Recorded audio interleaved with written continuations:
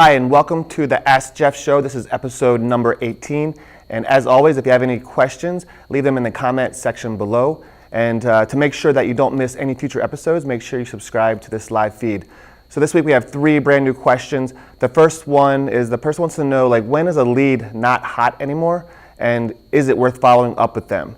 So any lead is a good lead and you should follow up with them. So even if somebody gave me an old email list that hasn't been emailed, in a year or 2 years, I'm still going to come up with some kind of reactivation sequence to introduce myself to that email list and try to get something out of it and start building a relationship with that list.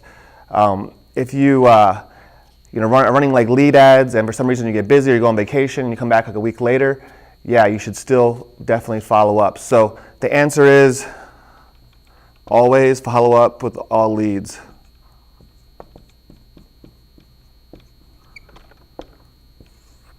So if somebody gives you their name and phone number, for a 21-day rapid fat loss challenge or for a 2-week trial or whatever the lead ad is or whatever you're collecting the information for, if they give you their phone number, they're expecting a phone call. Obviously, the sooner that you can call them, the sooner that they put their information in, and the sooner you call them, the better chance you have of getting them in and actually converting them to, a new member. So you want to call as soon as possible.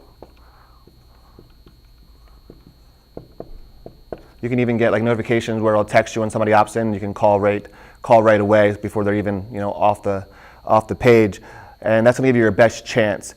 If somebody opts in for a 7-at-home workouts program, I would still use an email autoresponder sequence to follow up with them and try to get them in. Maybe offer them a free week to come in and try out your program to learn the proper form of the exercises before they get started with their 7-at-home workouts, just so they know they're doing it properly, and then try to upsell them that way. If they didn't give you their phone number, I wouldn't keep pressing the issue for them to come in. I would just, make them the offer, then start giving them really good content, build a relationship, and then make the offer again, in the future. But every lead that you get, you're going to constantly be following up with them. It's not going to be a hard follow-up where you're pressuring them to come in. I would do that for maybe 2 to 3 weeks if they give you their phone number and they said they wanted to come in. And then after that, just put them into your regular rotation of content and other offers. So always follow up. Call them as soon as possible. If they give you their phone number for a program that they said they want to come in, I feel I have an obligation to call them and keep calling them for at least 2 to 3 weeks. After that, I'll just throw them back into my regular rotation of my regular newsletter emails and content, and then future offers. So hope that clears that up. On any lead is always worth following up on.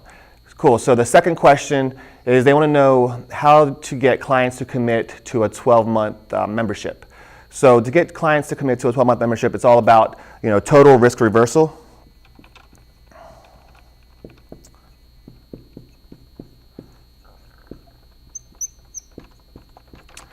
The main reason they're not going to sign up for 12 months is because they're afraid. They're afraid they don't know where they're going to be at in their job, or if they're going to be moving, or if they're going to get hurt or sick. So you have to take away all that risk. So you let them know if anything were to happen, if you were to get injured, you can always put your membership on hold, and you explain the process to them. Take care of all those questions and concerns. Take that away. What we offer, we only offer 2 options. We offer a month-to-month option, and we offer a 12-month option. And nobody chooses the month-to-month option. And the reason that is because there is absolutely 0 risk to do the 12 months. So our month-to-month option, if you do a month-to-month, it's $247 a month.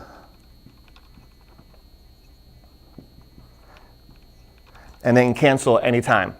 And our 12-month option is $197 a month, for 12 months. So the difference of the membership is $50 a month or $600 on the year. We let them know if they make the whole 12 months, they're going to save $600 on the year, and the membership's going to continue on a month-to-month basis at the 12-month rate.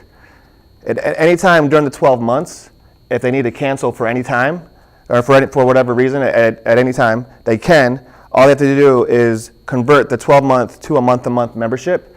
So they would come in, fill out the paperwork, and they're going to convert the 12-month to a month-to-month. So if they've been coming in for 2 months and they wanted to cancel, they would come in, convert the 12-month to a month-to-month. The difference is $50 for month 1, $50 for month 2. So they would pay $200, or $100, sorry.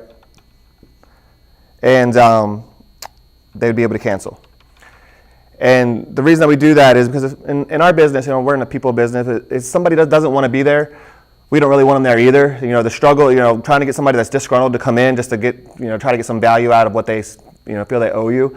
I'd rather, give them really good experience, really good results, and get them to want to be there and want to stay, want to refer their family and friends. So if somebody really doesn't want to be there, I want to give them a way out. I just want them to make sure that the value is there, that they should have been on the month-to-month program, not the 12-month program. So they would never pay more than the 12-month price. And that just takes away all the risk, all the questions, all the concerns. If they start off on the month-to-month and they want to switch to the 12-month, they do $247 for month 1, $247 for month 2. They love your program. They want to sign up for 12 months. Then the next month will start at $197. They'll never get that, $100 back, the $50 for those first 2 months. So nobody ever picks the month-to-month one. They would do the 12-month one and then just convert it back to month-to-month when they want to cancel. So even if they know they're only in town for the summer or something like that, they'll still sign up for the 12-month one and then they'll switch it and then cancel. No big deal. And takes away all risk. When people do sign up for the 12 months, the longer they go on the 12-month program, the more it's going to cost them to switch it back to the month-to-month and cancel, because 6 months is going to be $300, 8 months $400, and so on. Once you get to like month 9 or 10, it's worth it to them to finish the program, to finish the 12 months, or it's going to cost them. It'll actually cost them more to cancel.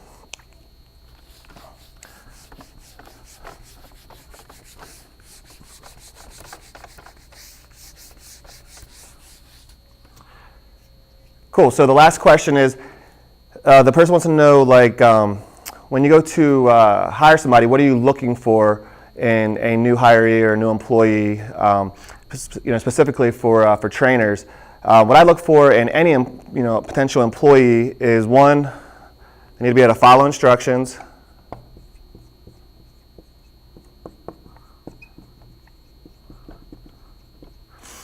They need to be punctual. And they need to have a sense of urgency.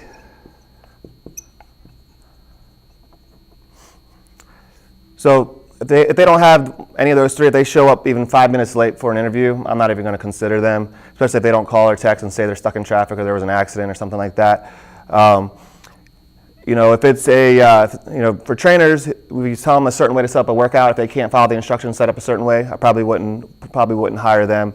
If it's like somebody that's doing video editing or something like that for you, I would give them very specific, instructions and say, for the interview part of it would be to create a video, resume, and tell me a little bit about yourself, and then at minute 1.5 have a transition put in, and then at minute 2:11 do something else, have some text going across the screen. Give very specific instructions and see if they can follow that format exactly. Then they can follow instructions. And as far as sense of urgency, give them a deadline to have that video in once they apply, and that will give you the sense of urgency, see if they can hit deadlines or not before they even come in. As far as trainers go, I like to do a group interview.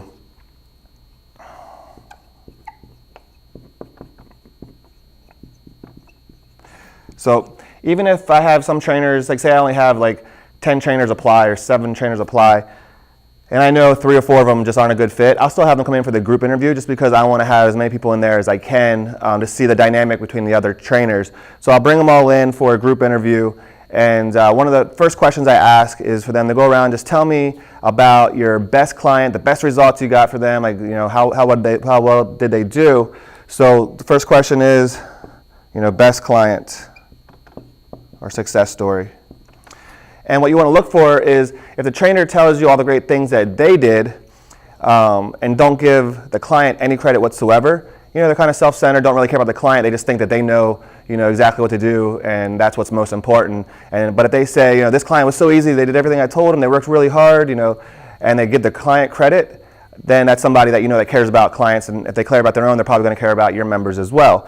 On the flip side, if they say it's all about them, then that should be a huge red flag, and may not consider hiring them. The second question is, tell me about your worst client, or the one that you couldn't help for whatever reason. And the same thing, if they say that person was so lazy, they missed their workouts all the time, and they never followed the diet, and this, and this, then they're putting all the blame on the client, and they don't really care about the client. But if they're I really, feel bad for the person, they're a single mom, work 2 jobs, and I tried to give them some ways, to do this and this, but, no matter what I tried, it just wouldn't work. I wish I had some other things to try or knew some other ways to help them out. then they're taking responsibility and they're showing that they care about that person and their situation, and that's somebody that you would want to hire. So those are the first two questions that I ask. And then the third thing we do is a group workout. So I have them, I don't even tell them about this stuff because you don't want them to be prepared. So I have them stand up, tell them we're going to do 2-minute intervals. Each trainer is going to train other trainers for 2 minutes, all body weight stuff, no preparation, and go. And you just pick 1, 2, 3, 4, 5, whatever. So that's the order they're going to go in, and you tell the first person to go. You want to see how they work, on the fly, what exercises they choose off the top of their head, how they're correcting form, how they're motivating the other trainers. The trainers that are doing the workouts, you want to see how their form is, how good a shape they're in, how positive or encouraging they are with everybody else. You also want to see how the trainer who's teaching is projecting their voice and how their confidence comes across, because if they can't be confident in front of trainers, they're probably not going to be able to be confident in front of your members either. So if they're really soft-spoken, that'll come out. You'll really get a good sense of their coaching style that way in front of the other trainers. So do the group workout, and then these are really the only 3 things I really do besides, and I also have them design a workout as well. So I'll give them some parameters just to have them design a workout. And so I'll give them some parameters to follow when they design the workout, and see if they can see what kind of workout they come up with inside a certain framework. Again, it goes back to following instructions.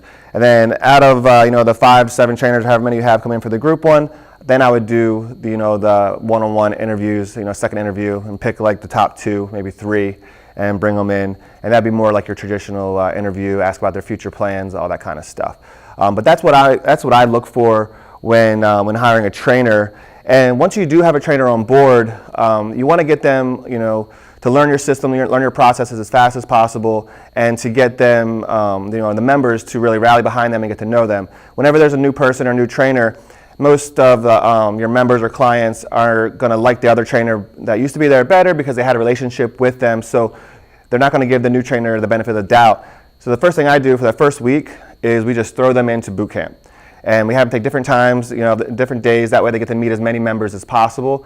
When the other members see them working really hard, see their form, see their encouragement, they're going to bond really fast, and that's going to help get everybody behind that trainer. And then the second week, what we do is we have them help the lead trainer out with the warm-up, and we give them 1 station during the workout to be in charge of. The other trainer will tell them what the exercises are at that station, what coaching cues to look for, making sure they're calling out their name, high-fiving people, all that good stuff.